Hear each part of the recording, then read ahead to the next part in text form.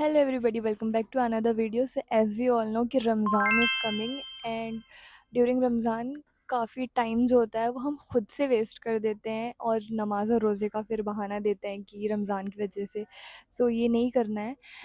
मेरे साथ भी ऐसा हो रहा था। तो in this video I am going to share कि मैंने क्या प्लान बनाया था, what was my time table, कैसे मैं पढ़ाई करती थी। और एंड आई होप कि आपको वीडियो हेल्पफुल लगे। And yes, before that subscribe to my channel and I am not going to take बहुत ज़्यादा time because I know how much crucial at this point.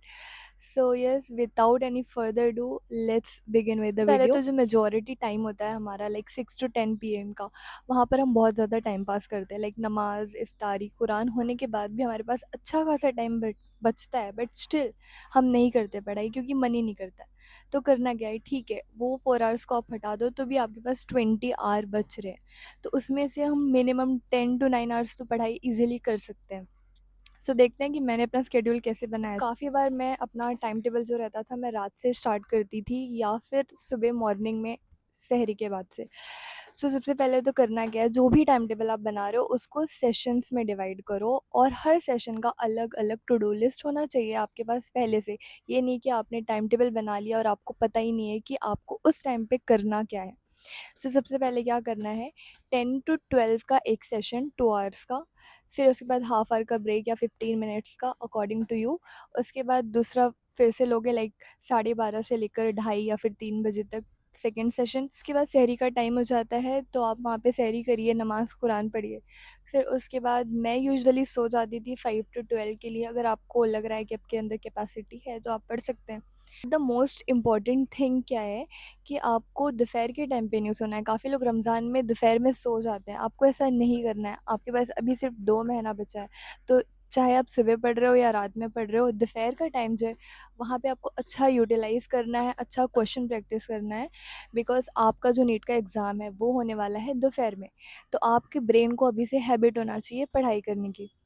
तो ठीक है, मैं फिर उसके बाद 12 तक सो के उठ जाती थी। फिर वापस से मेरा लाइक 2 घंटे तक वही ज़ोहर की नमाज़ कुरान पढ़ के फिर 2 to 6 का मेरा अलग से 4 घंटे का सेशन होता था। तो आप देखोगे कि मैंने ईज़िली लाइक 9 to 10 आवर तो मैं ईज़िली पढ़ लेती थी। तो ये था रात का। तो मॉर्निंग का सेशन कैसे करना है कि आपको पहले तो 5 से स्टार्ट कर सकते हो, 5:30 अकॉर्डिंग टू यू। 5 से मैं स्टार्ट करती थी यूजुअली। 5 to 7 का सेशन 1 होता था, फिर हाफ आवर का या 15 मिनट्स का ब्रेक। देन 7:30 to 9:30 मेरा सेशन 2 रहता था। फिर उसके बाद 10 to 12 का, फिर वापस से गैप लेकर थोड़ा रेस्ट, नमाज़ कुरान का टाइम हो जाता था।